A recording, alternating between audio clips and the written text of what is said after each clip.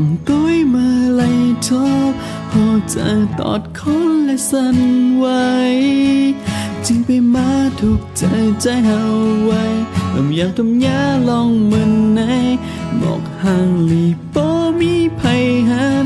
ก็เคยอยู่หิมมันต่อโจ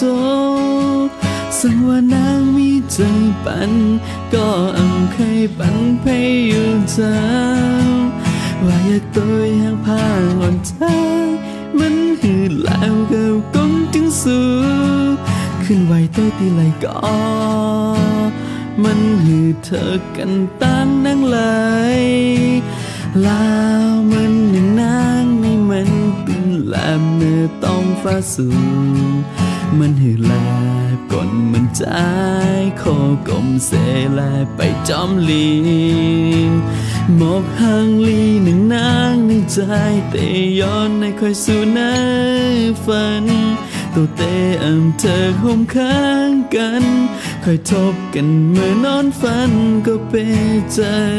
ยาว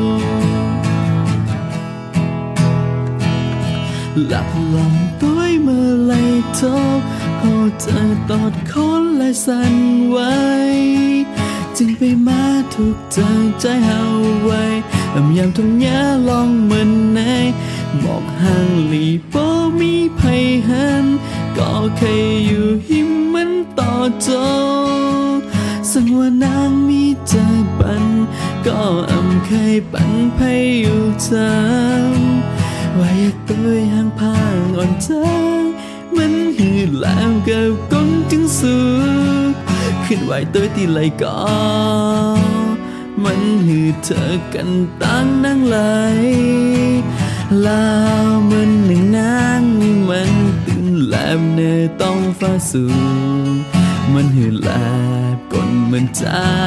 โคกลมเสแลไปจอมลีนหมอกห่างลีหนึ่งนางในใจเตย้อนในคอยสู่ในฝันตัวเตเธอห่มข้างกัน